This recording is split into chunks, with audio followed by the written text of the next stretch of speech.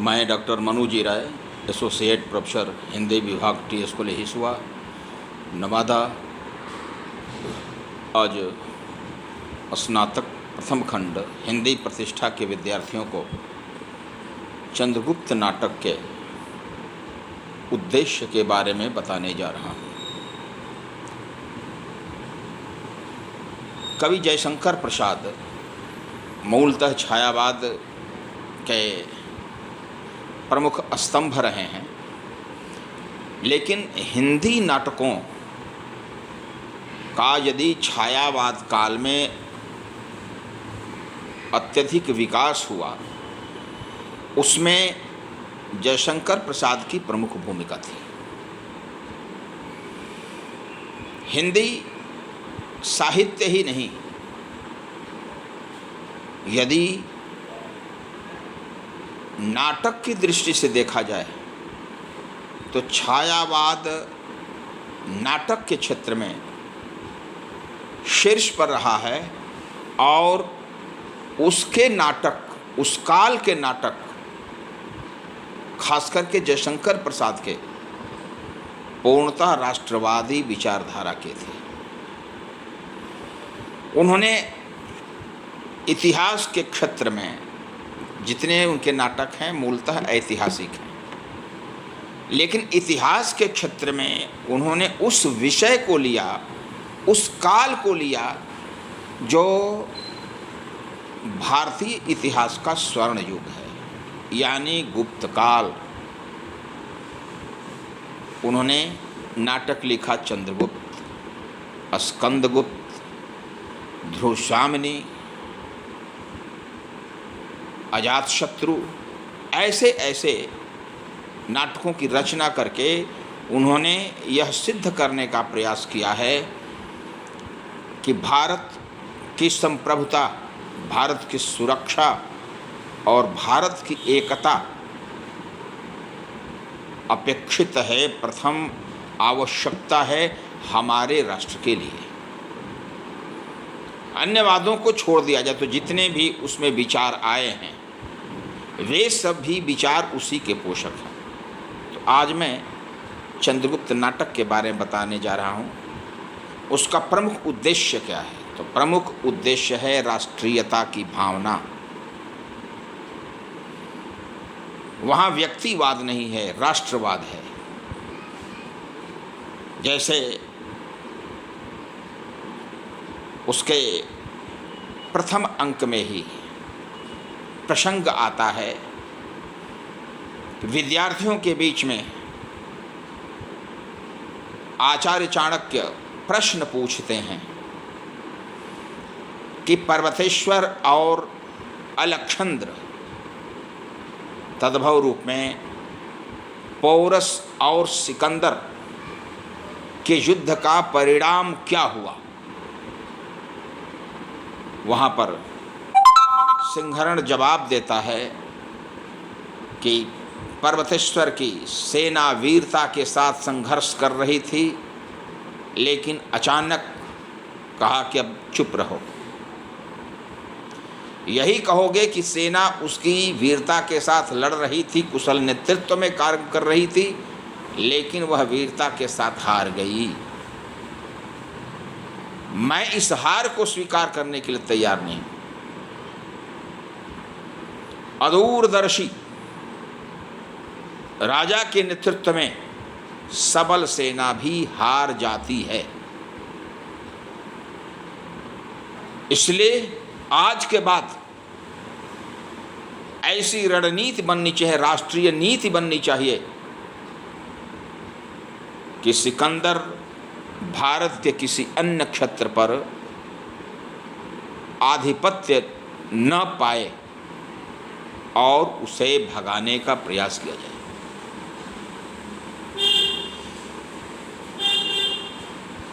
उनके जितने भी शिष्य हैं वे सभी प्रसन्न होकर के आचार्य चाणक्य की जय कहते हैं।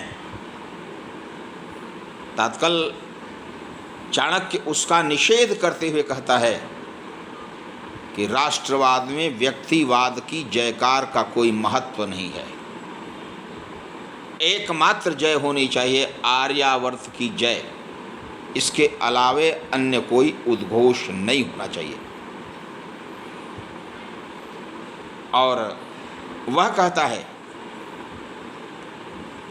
कि भारत की संप्रभुता के लिए, भारत की ताकत के लिए एक संयुक्त वाहिनी का गठन किया जाए और संयुक्त वाहिनी के नेतृत्व में जो युद्ध होगा उसमें भारत के विभिन्न क्षेत्रों के जो क्षत्रप हैं, जो राजा हैं, वे सभी सिकंदर के विरुद्ध लड़ेंगे और तब हमें विजयश्री मिलेगी।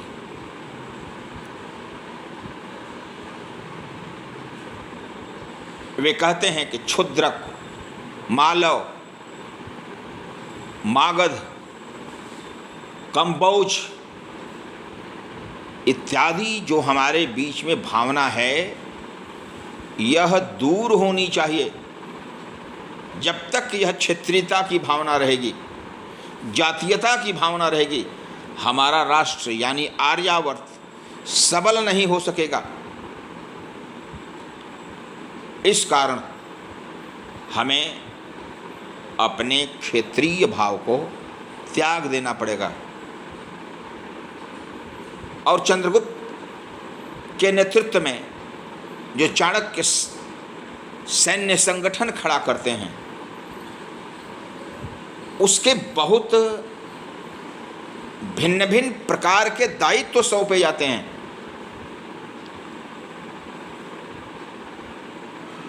सिकंदर पर विजय प्राप्त करने के लिए, उन्हें परास्त करने के लिए जो सैन्य संगठन होता है, चंद्रगुप्त तो उसका प्रमुख नायक बनता ही है, लेकिन नायिकाओं की दृष्टि से, महिलाओं की दृष्टि से, भारतीय नारियों की दृष्टि से सर्वप्रमुख बनती है अलका। वह अलका जो सिंधु नरेश की बेटी है और जिसका सगा भाई अंभिक आर्यावर्त के साथ छल करके सिकंदर से मिलता है और सिकंदर को दिशा निर्देश देता है कि कैसे पर्वतेश्वर के प्रांत पंजाब पर आक्रमण किया जाएगा। वह वितस्ता नदी यानी व्यास नदी के उस छिछले क्षेत्र को दिखाता है जहां पर उसके घोड़े आराम से प्रवेश कर जाते हैं। और चाणक्य की योजना के अनुकूल जो सिकंदर के साथ पहला युद्ध होता है, उस युद्ध में सिकंदर पर आक्रमण होता है महिला नेतृत्व के द्वारा, नारी नेतृत्व के द्वारा, जिसका नेतृत्व करने वाली अलका है। एक राष्ट्र विरोधी पात्र की सगी बहन अपने क्षेत्र के जो आत्मग्लानि से भरे हुए लोग हैं, उनकी आत्मग्लानि को दूर करने के लिए सिंध प्रदेश का नेतृत्व करती है। चाणक्य की योजना परस्पर जो संघर्षरत हैं राज्य, उनको एकजुट करने की है। चाणक्य ने प्रयास किया था कि सबसे सबल राज्य मगध से सैन्य सहायता प्राप्त करके पर्वतेश्वर संघर्ष करें, लेकिन पर्वतेश्वर उस आग्रह को स्वीकार नहीं करता, इसलिए कि वह कहता है कि वह तो जारज है, यानी वर्ण संकर है और मैं वर्ण संकर से मदद नहीं ले सकता। स्थिति यह होती है कि पर्वतेश्वर हार जाता है।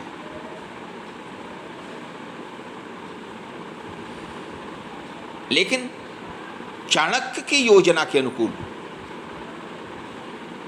जो कार्य होता है उसमें अपने राष्ट्र की सेना और विपक्ष की सेना के वैशिष्ट्य का अध्ययन करके चाणक्य युद्ध की नीति बनाता है। रणनीतिकार वहां पर चाणक्य है और वह यह चाहता है कि सिकंदर को पराभूत करने के लिए उसके सैन्य शिविर का ज्ञान अपेक्षित है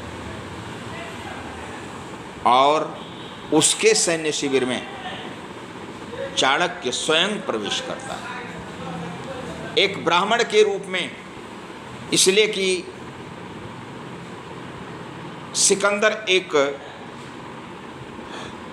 योग्य ब्राह्मण की खोज करता है और यह कहता है कि ब्राह्मण सब कुछ जानता है और मैं उससे मिलना चाहता हूं।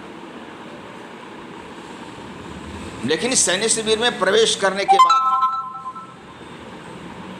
चाणक्य भारतीय सेना के गठन को, संगठित स्वरूप को चारों तरफ से आक्रमण करने का निर्देश देता है। चारों तरफ से सेनाओं का आक्रमण होता है, उसकी सेना हताहत होती है और चाणक्य चकमा दे करके उस युद्ध शिविर से निकल आता है। लेकिन चाणक्य के मन में एक है कि यमन सैनिक और भारतीय सैनिक के बीच में युद्ध कब तक चलेगा। ऐसा किया जाए कि यह युद्ध की संभावना ही भविष्य में खत्म कर दी जाए। इसके लिए वह यमन सैनिकों के सेनापति सेल्यूकस की बेटी कार्नेलिया को भारतीय धर्म, भारतीय दर्शन, भारतीय संस्कृति और भारतीय साहित्य को पढ़ने के लिए निर्दिष्ट करता है। कार्नेलिया मूलतः भारत की पुत्री नहीं है, एक विपक्षी, एक आक्रमणकारी सेना के सेनापति की बेटी है। लेकिन वह भारतीय धर्म, दर्शन और संस्कृति का अध्ययन कर रही है। जंगल में सिंधु के तट पर वह एक पाठ को कंठस्थ करने का प्रयास करती है। अरुण यह मधुमय देश हमारा, जहाँ पहुँच अनजान क्षितिज को मिलता एक सहारा। लघु सुरधनु से पंख पसारे, शीतल मलय समीर सहारे। उड़ते खग जिस ओर मुँह किए, समझ नीड़ निज प्यारा। अरुण यह मधुमय देश हमारा। एक यमन सेना के सेनापति की बेटी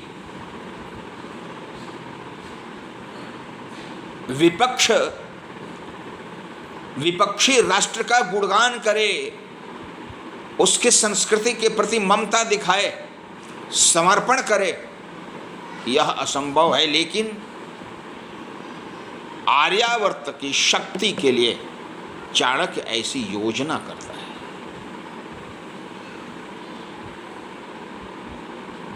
इसी बीच में उस पर आक्रमण होता है। अंभिक के द्वारा बलात्कार करने का प्रयास करता है। वह अपनी सुरक्षा के लिए बचाओ बचाओ का उद्घोष करती है। चंद्रगुप्त वहाँ उपस्थित होता है। फिलिप को द्वंद्व युद्ध में परास्त करके बाहर कर देता है, वहीं से सेल्यूकस की बेटी आकर्षित होती है चंद्रगुप्त के प्रति।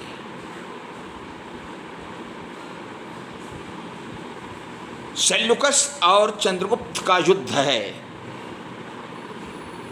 वह मात्र धनुष बाण तीर तलवार से ही नहीं लड़ा जाता।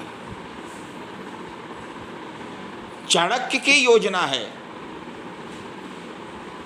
कि इस युद्ध को सदा के लिए समाप्त किया जाए, और एक उसके लिए मात्र विकल्प है कि यदि कार्नेलिया का विवाह भारत के भावी सम्राट चंद्रगुप्त के साथ हो जाता है तो यवन और भारतीय एक सूत्र में बंध जाएंगे और भविष्य में भारत पर कोई आक्रमणकारी आक्रमण नहीं करेगा।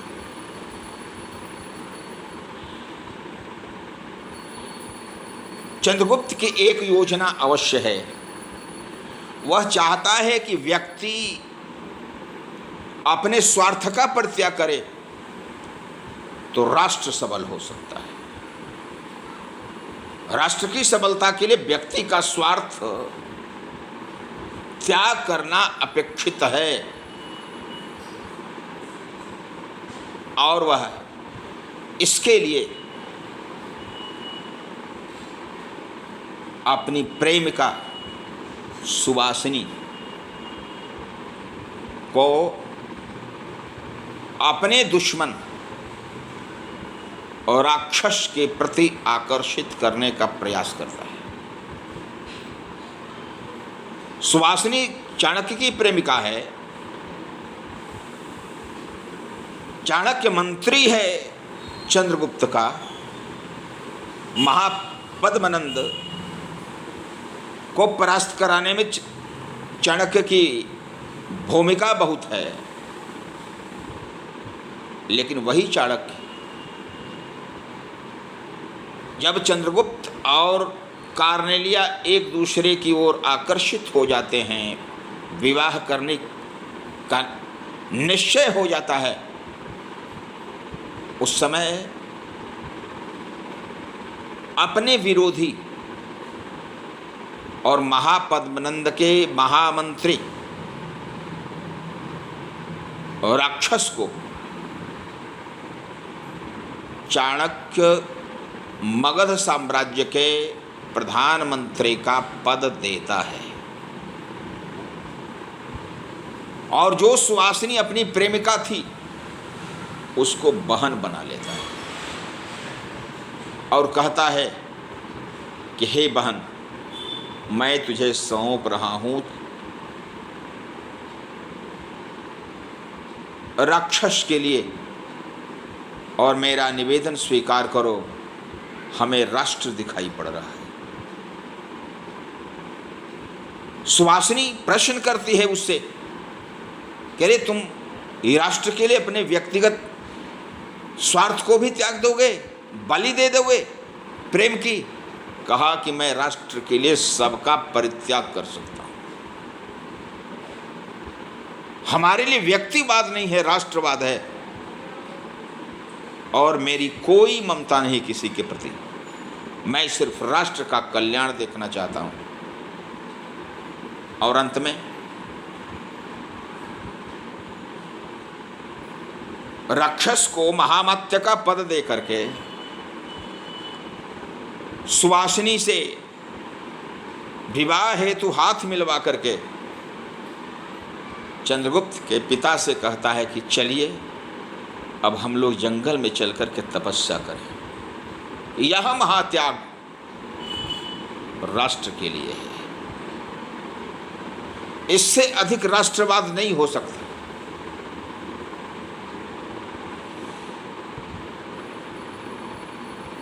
इस पूरे नाटक में चाणक्य का प्रयास यह है कि राष्ट्र विरोधी तत्व राष्ट्र के साथ हो जाएं, राष्ट्र विरोधी तत्व और राष्ट्र के सम्मान के लिए झुक जाएं, और उनकी जो शर्त हो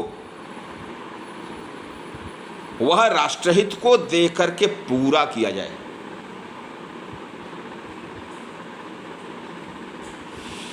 मंदाकिनी प्रेम करती है चंद्रगुप्त से, सत्य प्रेम है उसका, लेकिन राक्षस के नेतृत्व में आक्रमण होना है चंद्रगुप्त के पास, और इसकी सूचना चाणक्य को मिल जाती है। चाणक्य यह चाहता है कि जो भी आक्रमण करने वाले हैं, हत्यारे हैं, उन्हें गिरफ्तार किया जाए, और इस गिरफ्तारी के बाद यह तो पता लग जाए कौन कौन विरोधी है।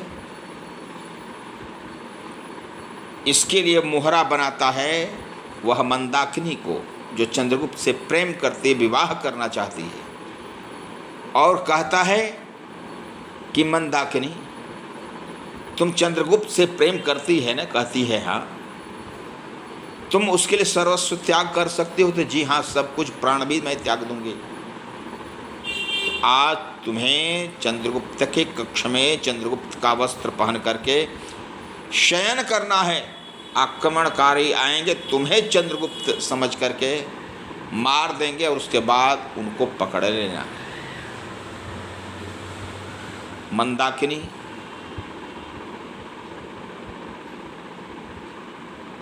उस संकल्प को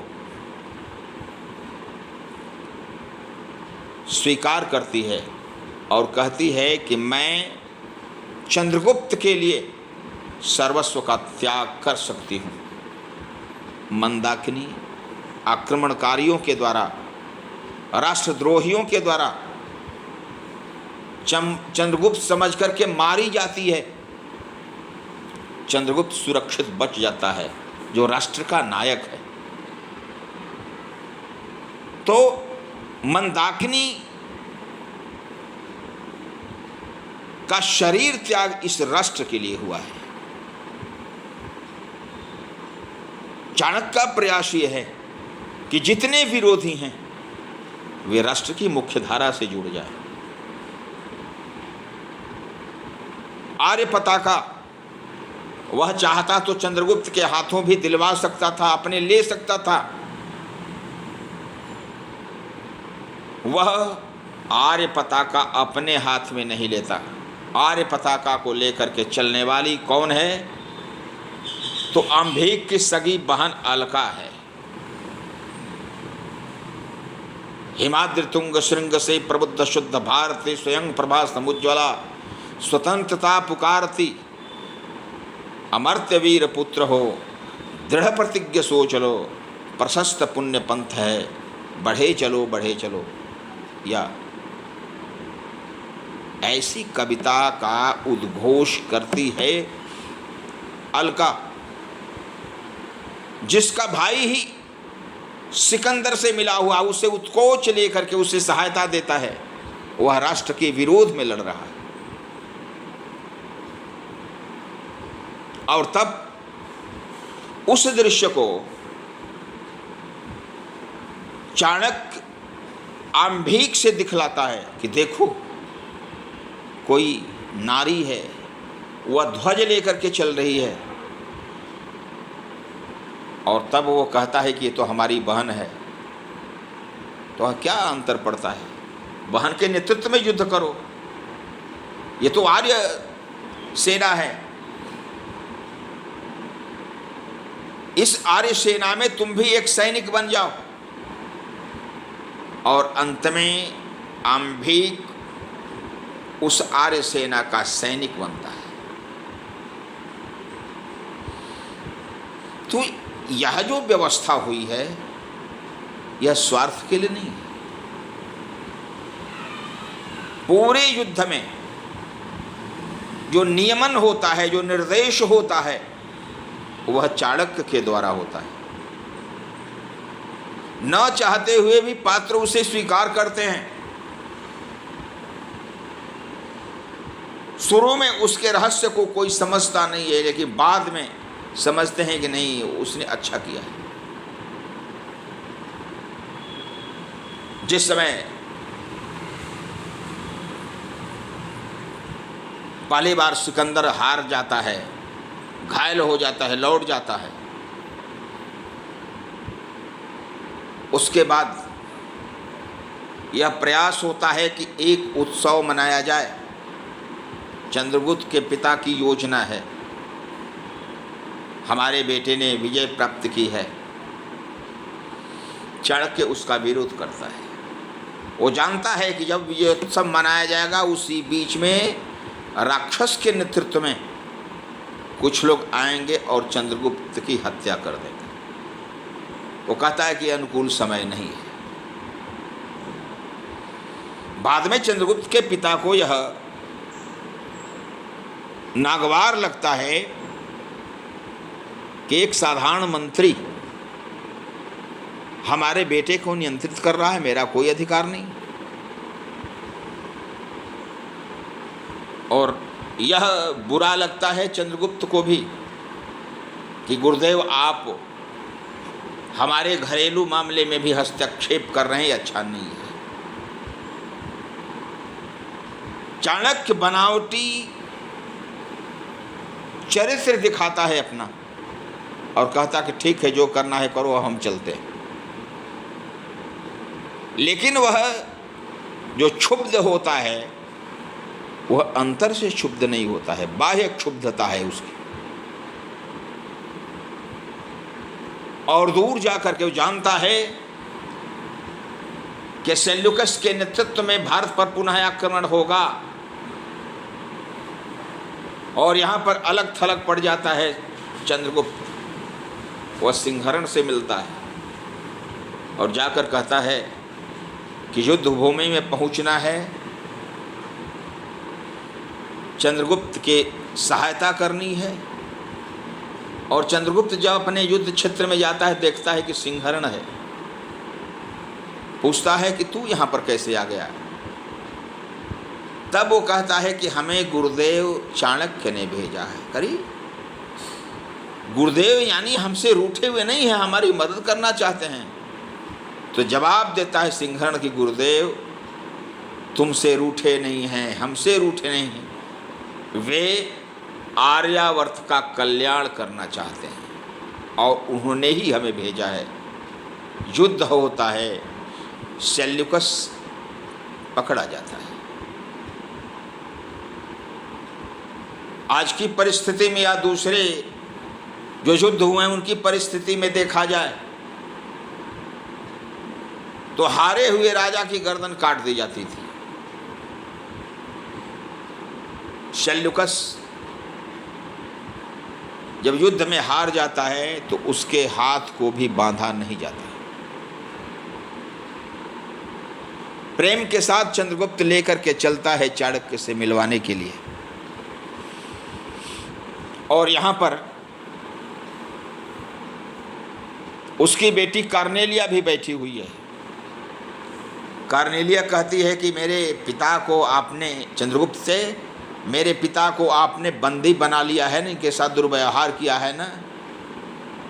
चंद्रगुप्त कहता है कि नहीं, तुम्हारे पिताश्री ने मेरी कभी जान बचाई थी।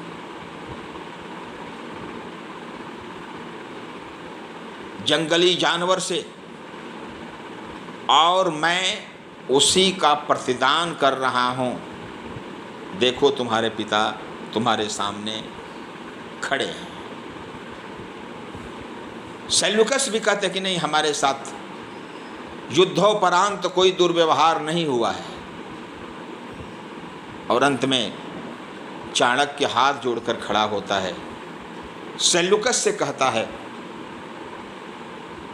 कि देखिए, एक संधि होनी चाहिए यमन राष्ट्र और आर्यावर्त के बीच में कि पुनः हमारे बीच में कोई युद्ध नहीं हो। इन दोनों किनारों के बीच में कोई नदी बहनी चाहिए, और वह नदी क्या होगी? संबंध की नदी। मैं ब्राह्मण हूं, आपसे भिक्षा मांग रहा हूं, आप अपनी बेटी का दान कर दें चंद्रगुप्त के लिए, मैं यही चाहता हूं। सेल्यूकस कहता है कि ठीक है, मैं कर सकता हूं, लेकिन बेटी की भी सहमति होनी चाहिए ना। चाणक्य कहता है कि ठीक है, आप उससे राय ले सकते हैं। कार्नेलिया मुस्कुरा करके उसे हाँ कर लेती है। यह जो योजना है चाणक्य की, आज तक जितने भी युद्ध हुए हैं उससे भिन्न योजना है।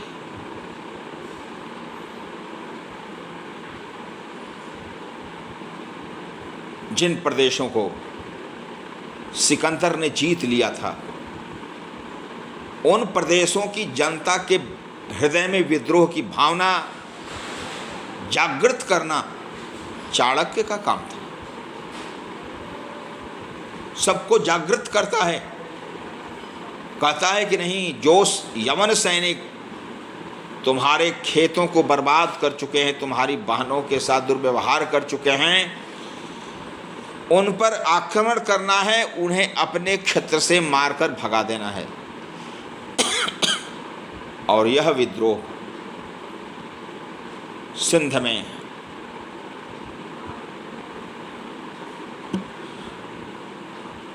पंचदर्द यानी पंजाब में कैकय प्रदेश में शुरू हो जाता है और अंतिम स्थिति होती है कि संयुक्त वाहिनी का साथ वे लोग भी देते हैं जो यवन सैनिकों के द्वारा सताए गए थे। दांडयायन नामक एक पात्र को चाणक्य ने विशिष्ट उद्देश्य के लिए उपस्थित किया है। दांडयायन एक ऐसा सन्यासी है जो भूत, भविष्य, वर्तमान तीनों को जानने वाला है। प्रकृति के बीच में रह करके प्राकृतिक उपकरणों से ही जीवन यापन करना उसकी मूल प्रवृत्ति है। वह चाणक्य द्वारा भेजे गए एनिसाक्रिटिस नामक दूत को साफ शब्दों में कहता है कि कोई भी राजा यदि विकास करना चाहता है तो वह प्रजा की सेवा करके विकास करे, किसी पर आक्रमण कर, किसी को परास्त करके, उससे लूट करके विकास नहीं किया जा सकता। स्थिति होती है कि एनिसाक्रिटिस अप्रसन्न होकर के लौटने लगता है। उस समय दांडयायन कहता है कि तुम्हारा राजा अभी आर्यावर्त को जीत नहीं पाया है और विश्व विजयी बनने का ख्वाब देख रहा है। परामर्श देना यहीं से वह लौट जाए, आगे का युद्ध उसके लिए उचित नहीं होगा। स्थिति ये होती है कि अगर जो युद्ध होता है उसमें सिकंदर घायल होता है, वे यमन प्रदेश लौटते लौटते बेबीलोन में मर जाता है। लेकिन वहाँ पर दांडयायन को खड़ा करके जयशंकर प्रसाद ने अपने राष्ट्रीय उद्देश्य को ही प्रस्तुत किया है। भारतीय संस्कृति, भारतीय साधना व्यवस्था, भारतीय साधुओं की राष्ट्रभक्ति को उन्होंने दिखाया है। बहुत से ऐसे भी साधु मिल जाएंगे जो राष्ट्र विरोधी हैं, व्यक्तिगत स्वार्थ वाले हैं। दांडयायन ऐसा पात्र नहीं है, चाणक्य ऐसा पात्र नहीं है। एक शक्तिशाली प्रदेश का राजा जितना सशक्त होता है उतना ही सशक्त उसका मंत्री होता है। चाणक्य दुर्बल नहीं है, मजबूत है। विश्वास है पूरी आर्यावर्त की संयुक्त सेना का लेकिन वह चाणक्य अपने लिए लेता क्या है? कुछ नहीं, विवाह भी नहीं करता, सिंहरण और अलका का विवाह करा देता है, कार्नेलिया और चंद्रगुप्त का विवाह करा देता है, अंभिक को अपनी बहन अलका के नेतृत्व में आर्य पताका लेकर के चलने के लिए बाध्य कर देता है, लेकिन अपना कोई स्वार्थ वह पूर्ति नहीं करता।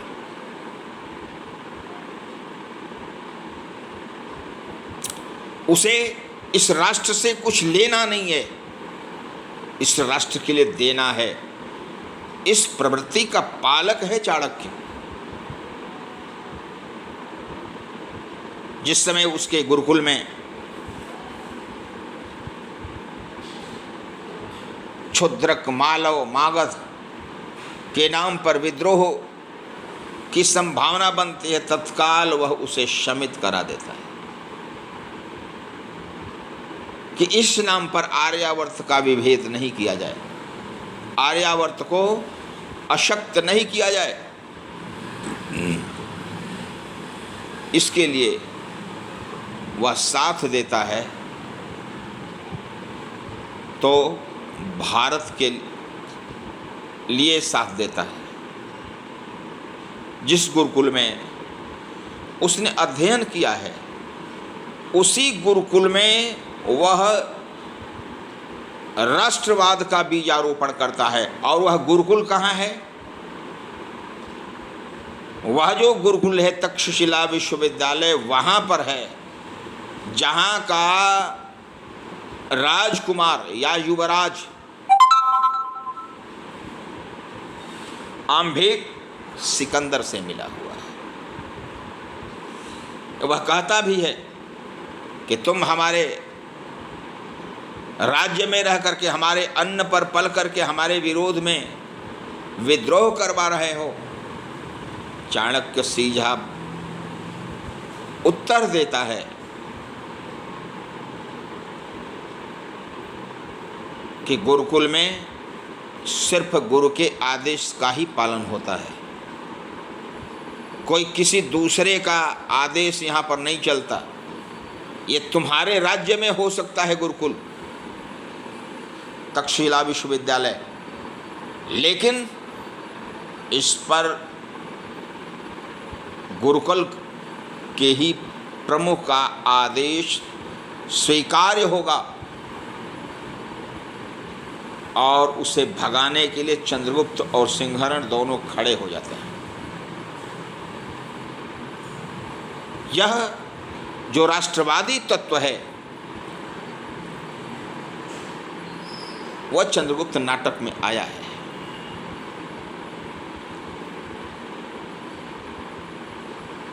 चंद्रगुप्त नाटक के जितने पात्र हैं, वे सभी राष्ट्र के लिए संकल्पित हैं। मालव, नरेश, सिंहरण, सिंध के राजकुमार, अंभिक जो बाद में शामिल हुए हैं, और मगध का निर्वासित पात्र चंद्रगुप्त, ये सभी मिलकर के राष्ट्रवाद की स्थापना करते। ये सिंहरण और चंद्रगुप्त कहते हैं कि गुरुकुल में सिर्फ गुरु के आदेश का सम्मान किया जाता है, शेष आदेश अवज्ञा के रूप में स्वीकार किए जाते हैं। और ऐसे धुरंधर विद्यार्थियों के द्वारा, छात्रों के द्वारा चाणक्य राष्ट्रवाद की नींव को मजबूत करता है। वह ये जानता है कि भारत विभिन्न जातियों का प्रदेश है, इसलिए इस जातिवाद को दूर करना पड़ेगा, क्षेत्रवाद को दूर करना पड़ेगा। और इसके लिए वह सभी को एकजुट करता है। चंद्रगुप्त के नेतृत्व में आक्रमण होता है, चंद्रगुप्त के नेतृत्व में और उसमें जो जयकार होती है सिर्फ आर्यावर्त की जयकार होती है, किसी व्यक्ति की नहीं। पूरे नाटक में देखा जाए तो किसी व्यक्ति की जयकार नहीं हुई है, सिर्फ राष्ट्र के विरोधी तत्वों को दूर करके मजबूत करने का प्रयास किया गया है।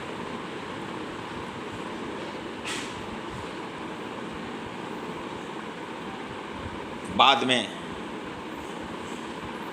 कार्नेलिया, आम्भीक, अलका, सिंहरण, ये सभी चंद्रगुप्त के ही नेतृत्व में तैयार हो जाते हैं। और यही तैयारी है तो बस सिकंदर और सेल्यूकस की सेना को परास्त करने की तैयारी।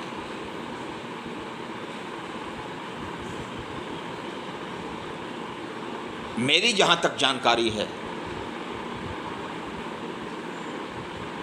भारतीय राजा के रूप में किसी विदेशी कन्या के साथ विवाह संपन्न कराने का जो सफल प्रयास चाणक्य ने किया है,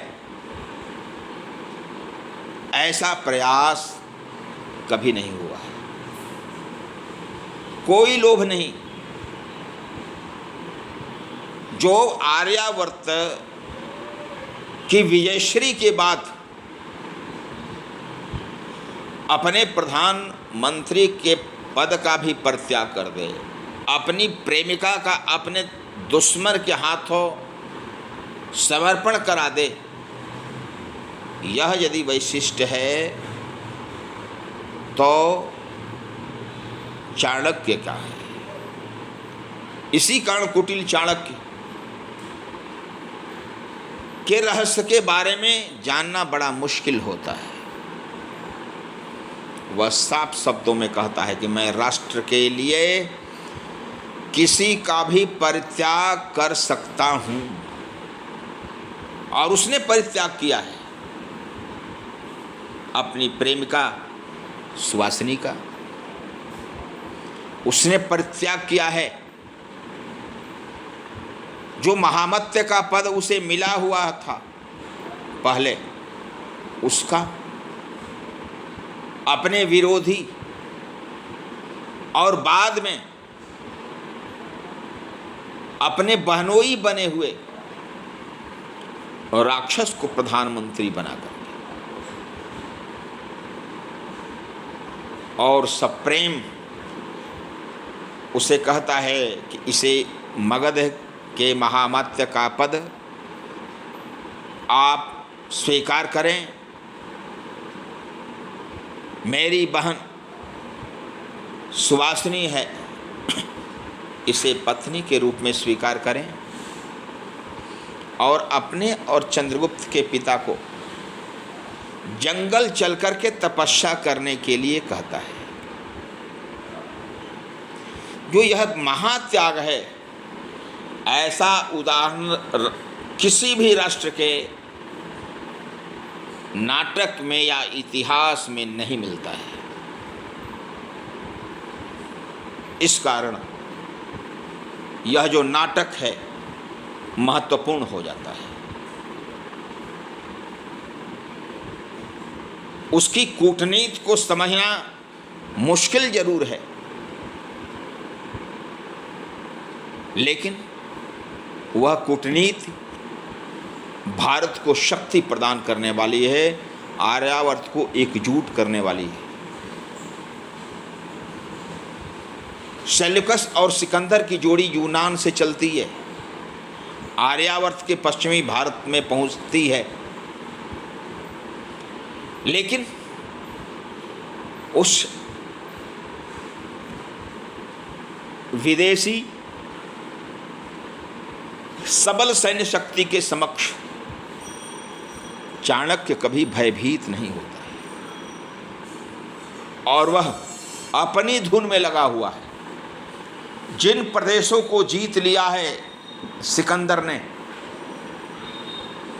उसकी सेना ने जहां पर अत्याचार किया है, वैसे मानसिक रूप से घायल, आत्मिक रूप से पीड़ित पात्रों के मन में भी सिकंदर और सेल्यूकस के प्रति विरोध की भावना, विद्रोह की भावना जागृत कराने का कार्य चाणक्य करता है। उसके इस प्रयास से भारत की वह आर्यावर्त की सेना विजयी होती है, लेकिन विजयोल्लास के क्रम में कोई कटाक्ष नहीं होता है। हारे हुए सेल्यूकस को सम्मान के साथ चाणक्य के समक्ष चंद्रगुप्त प्रस्तुत करता है। सेल्यूकस स्वीकार करता है अपनी बेटी के समक्ष कि युद्ध क्षेत्र में पराजित होने के बाद हमें प्रताड़ित नहीं किया गया है।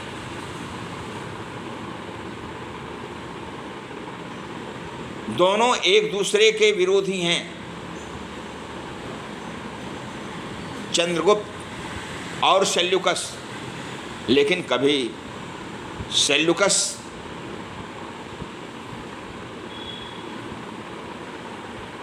यदि चंद्रगुप्त की जान को बचाता है जंगल में, तो बाद में अपने सैनिकों से घिरे हुए सेल्यूकस को चंद्रगुप्त बचाता है अपने सैनिकों के आक्रमण से। उसके सैनिक उसे मार सकते थे,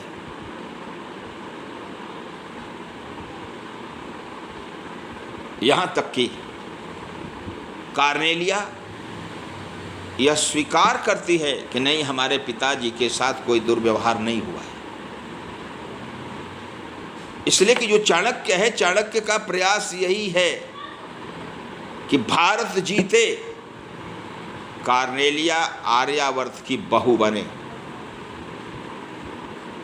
जिसके चलते आर्यावर्त और यूनान दोनों का संबंध मधुर रहे, भविष्य में पुनः आक्रमण नहीं हो।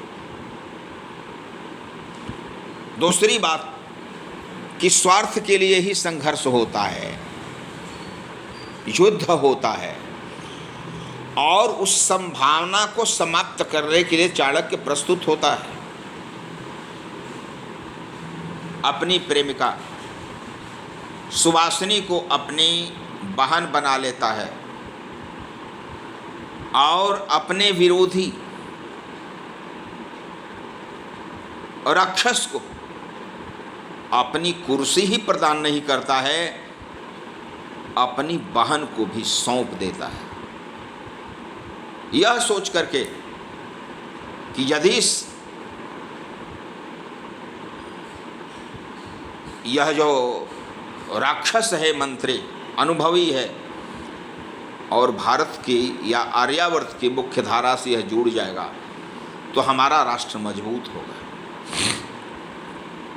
इस प्रकार जो भी योजना की है जयशंकर प्रसाद ने इस नाटक में, वह विशिष्ट है। ऐसे नाटक राष्ट्रीय राष्ट्रवादी विचारधारा के बहुत कम मिलते हैं। दूसरी बात कि चाणक्य प्रखर राष्ट्रवादी कूटनीतिज्ञ और आर्यावर्त का महामात्य या महामंत्री है, जो चंद्रगुप्त की विजय होती है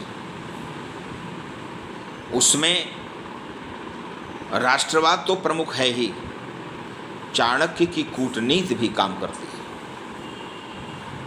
और अंत में यही होता है कि कार्नेलिया भारत की राजवधू बनती है, चंद्रगुप्त आर्यावर्त का सम्राट बनता है आर्यावर्त के सम्राट के साथ महामात्य का पद राक्षस को मिलता है। महामात्य का विवाह चाणक्य की बहन से होता है, मुंह बोली बहन।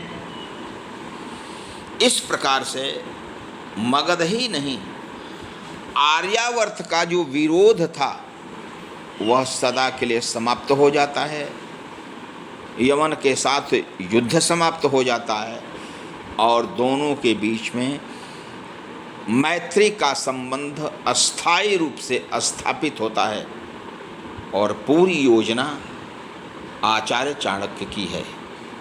तो मैं विद्यार्थियों से कहना चाहता हूँ कि अभी लॉकडाउन है, घर से बाहर न निकले, आवश्यक नहीं हो तो घर पे ही अध्ययन करते रहें। हम लोग जो अध्यापन कराते हैं उन्हें आप YouTube पर देख सकते हैं, पढ़ सकते हैं। धन्यवाद।